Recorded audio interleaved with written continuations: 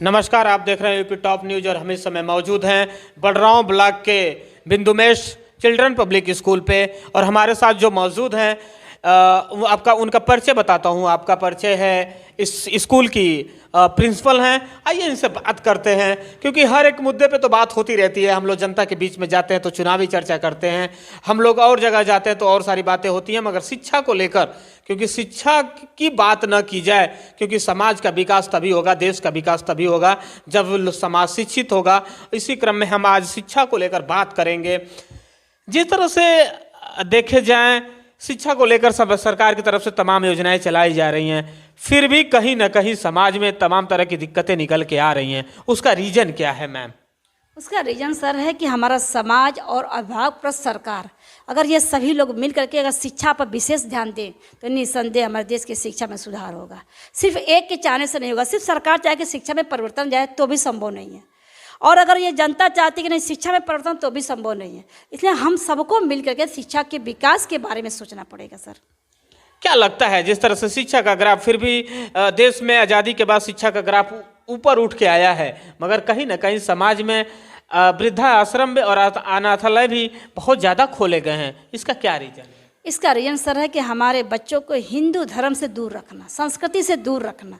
क्योंकि हमारे हिंदू धर्म संस्कृति में था कि अपने बड़े हैं, बुजुर्ग हैं, फिर देवता हैं। देवता तो क्यों बना गया देवता? ताकि उनके सामने झुकेंगे तो उनकी एक आदत बनेगी, एक संस्कार डेवलप होगा उनके अंदर, तो वही संस्कार रहेगा तो हमारे लिए काम है। वृद्धावस्था के तो जाने कि हमारे बुजुर्ग हैं, देवता है, तो हमारी संस्कृति और हमारे संस्कार के बच्चों में न डालना भी एक कारण है कि हमारे बच्चों के अंदर वृद्धावस्था की भावना पनपती है। जब हम अपने बच्चों से अपने गुरु के प्रति सम्मान नहीं सिखाएंगे, अपने बड़ों के प्रति सम्मान नहीं सिखाएंगे, तो फिर बच्चा आपका सम्मान कैसे करेगा? हमारे माता पिता या अभिभावक जो लोग हैं कहीं ना कहीं अपना अधिकार खो रहे हैं बच्चों के प्रति, इसका भी एक कारण है।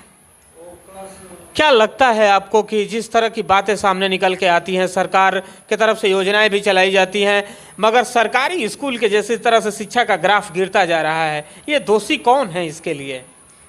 सरकारी स्कूल में शिक्षा का ग्राफ गिरने का कारण कि हमारे देश के जो नागरिक हैं वो अगर सर्विस पाते हैं तो गैर जिम्मेदारी के कारण एक है पहला कारण। दूसरा कारण इसके पास समाज है। जब वहाँ अगर आप स्कूल सरकारी खुलता है तो सिर्फ सरकार का नहीं है, इस पूरे समाज का है। तो पूरे समाज को एकत्रित होकर के, जिस क्षेत्र में स्कूल खुला है, एकत्रित होकर के वहाँ जाना चाहिए कि भाई आपको इतने मोटी मोटी रकम ले रहे हो तो शिक्षित करने के लिए हो, तो क्यों नहीं शिक्षित कर रहे हो? ये आपका अधिकार है वहाँ कहने के लिए। और सरकार को भी कड़ा अनुशासन लगाना चाहिए कि अगर आपके स्कूल में अगर अच्छी शिक्षा दीक्षा नहीं तो हम पेमेंट नहीं देंगे। देखिए निस्संदेह शिक्षा में सुधार हो जाएगा। क्या लगता है कि जिस तरह से आप ग्रामीण अंचल में आपका स्कूल है, कौन सी ऐसी दिक्कतें सबसे ज़्यादा आपको फेस करनी पड़ती हैं शिक्षा को लेकर, बच्चों को लेकर, अभिभावकों को लेकर? सर ग्रामीण अंचल है, सबसे पहले यहाँ होता है पैसे को लेकर बड़ी बड़ी समस्या आती है। अब होता है क्या है, 100 रुपये फीस रखी जाती है, वो भी समय से लोग नहीं दे पाते हैं। तो जाहिर सी बात है कि जब पैसे नहीं मिलेंगे तो कैसे पेमेंट दिया जाएगा टीचरों को? ये प्लस पॉइंट है। अब माइनस पॉइंट है, और क्योंकि अगर नहीं मिलेगा तो शिक्षा नहीं हो पाएगी, और टीचर नहीं मिले तो शिक्षा नहीं हो पाएगी। अब शिक्षा के लिए जाहिर सी बात है कि भाई पेमेंट देंगे तभी होगी।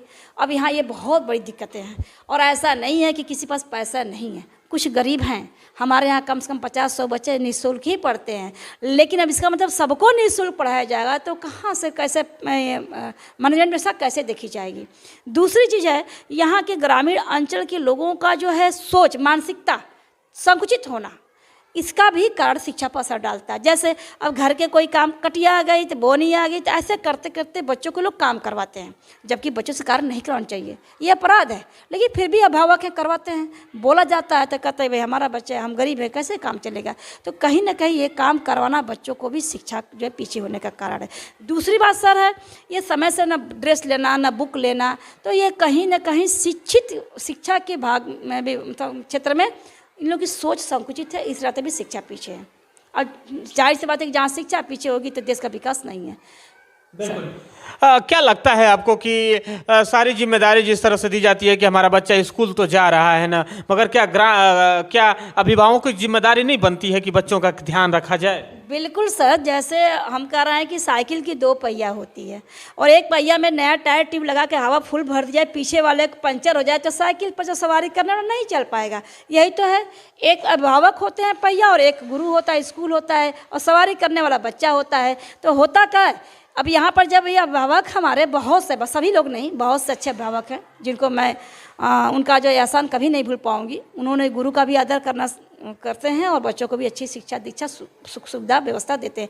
लेकिन बहुत से अभिभावक वही पंचर की हाल होती है और कहते हैं कि शिक्षा दे ही नहीं रहे हैं। तो जब आप बार बार मैंने एक ही बात कहा कि जैसे बिना हथियार की कटिया नहीं होती, दौरी नहीं होती, ठीक उसी प्रकार से बिना किताब की शिक्षा नहीं होती। और ये बुक लेते नहीं है, इस तरह शिक्षा पीछे होती है, साल साल बाद बिना बुक के पढ़ते हैं। तो ये तो कमी गार्जियनों की है ना।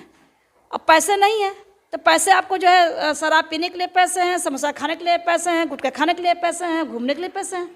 अब मोबाइल घर में लेते हैं, इतने महंगे बच्चों को क्यों दे रहे हो? अगर बच्चा मोबाइल से बिगड़ा, मोबाइल मत रखो घर में, कीपैड ले लो, कोई प्रॉब्लम। क्या लगता है आपको, जिस तरह से कोरोना की बीमारी आई और वहाँ से हमारे एक स्कूली शिक्षा में थोड़ा सा परिवर्तन लाया सरकार ने, इन्होंने जो ऑनलाइन क्लासेस शुरू किया, क्या लगता है इससे शिक्षा में सुधार हो, ग्राफ बढ़ाया जा सकता है इससे करके? नहीं सर, ऑनलाइन शिक्षा से हमारे इस इंडिया में नहीं है, क्योंकि विदेशों में वो तमाम सुख सुविधाएं साधन पड़ी हुई है और घर के अभिभावक भी शिक्षा को महत्व देते हैं।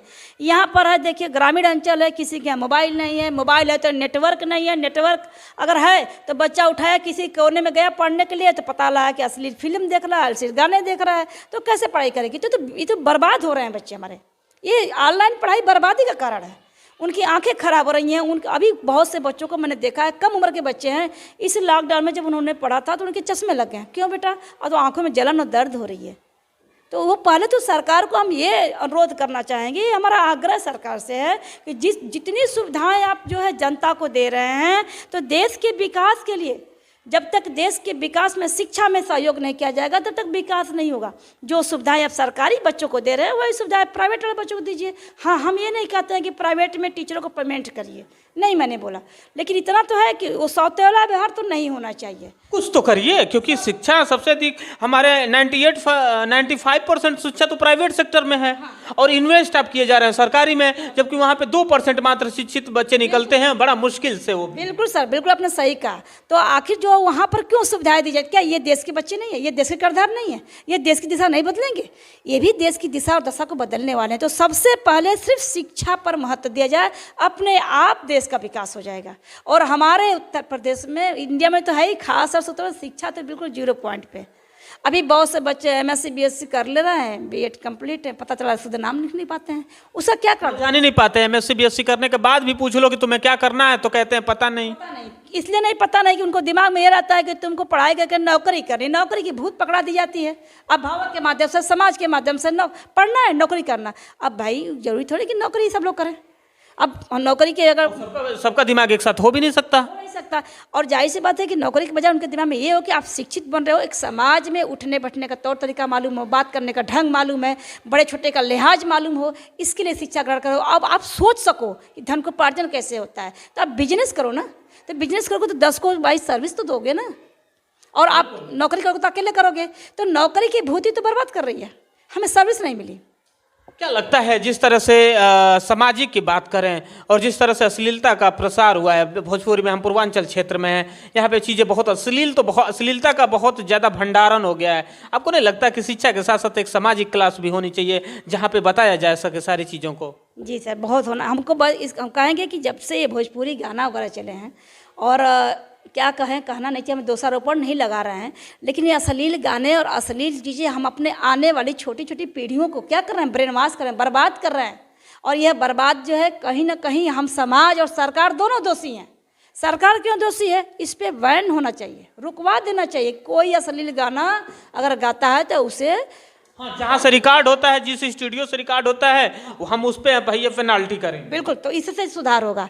अब छोटे से बच्चे हैं जिसे कुछ पता ही नहीं है और जिसका ब्रह्मचर्य जीवन है 25 वर्ष तक का है, तो वो बच्चा जब उस उम्र में जो जिसका सोचने से क्षमता नहीं है, उस चीज़ को देखेगा तो जाहिर सी बात है वो तो भाई गलत काम करेगा ही करेगा।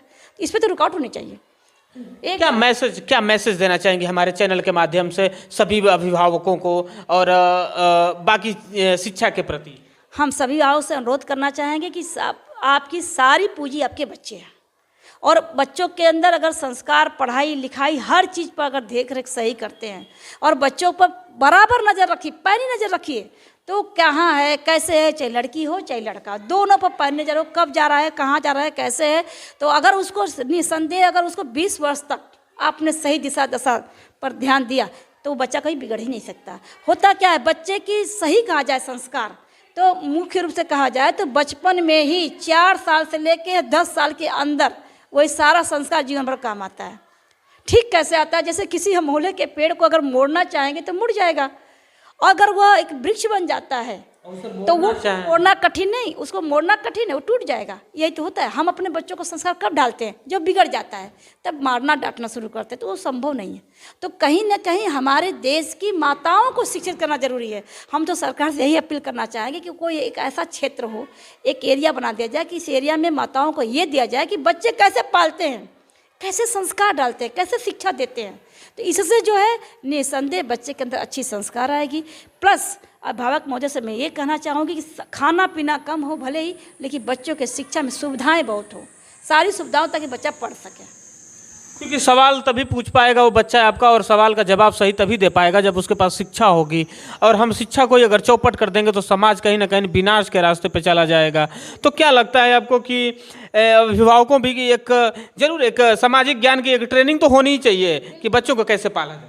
हाँ सर, बिल्कुल होना चाहिए, सरकार की तरफ से भी होनी चाहिए और समाज को स्वयं हो मतलब ये सोचना चाहिए। अगर सारी जिम्मेदारी अगर शिक्षक पे ही छोड़ दिया जाए तो कहाँ तक ठीक है ये? बिल्कुल छोड़ना तो बिल्कुल सही है ही नहीं सर, बिल्कुल नहीं। क्योंकि भाई शिक्षक अकेले क्या अकेले चना भार फोड़ता है क्या? बहुत सी कहावतें बनी, गलत थोड़ी बनी है कि अकेले चना भार फोड़ेगा क्या? पूरे अभी किसी मुद्दे को उठा, आपका बच्चा 18 घंटा आपके साथ रहता है और आज 5-6 घंटे 4 घंटे के लिए स्कूल आता है, और आप चाहती हैं कि 18 घंटे ने आपने उसको 8 ज्ञान नहीं दिया, तो फिर 4 घंटे में कितने ज्ञान दिए जा सकते हैं? स्कूल सिर्फ उनको क्या करता है कि बुक उनकी है, संस्कार उनके हैं, परिवार का बच्चा उनका है, सिर्फ एक माध्यम बनता है। स्कूल से पढ़ाई का विकास संभव नहीं है। वो होता है कि ये होता है कि रोटेशन एक मार्ग बनता है कि बच्चा रोज जाएगा आएगा, बस ये मेन तो माँ बाप ही होते हैं, गुरु मेन शिक्षक तो माँ बाप होते हैं। क्योंकि जब ज़्यादा समय उनके पास दे रहा है तो गुरु तो माँ बाप ही हैं, उनको ही तो चाहिए कि बच्चा पढ़ रहा है कि नहीं, बच्चा लिख रहा है कि नहीं, कुछ कर रहा है कि नहीं। अगर शिक्षक के हाँ शिकायतें शिक्षक के लाना चाहिए, इसको हम कहेंगे। अभिभावक को भी जिम्मेदारी बनती है कि हमारे बच्चों को ये नहीं आता है, हमारे बच्चों को वो नहीं आता, बच्चा को मतलब आप लोग क्या कर रहे हैं, मतलब शिक्षक से जुड़ा रहना चाहिए। ये बराबर जो है आना जाना का होना चाहिए।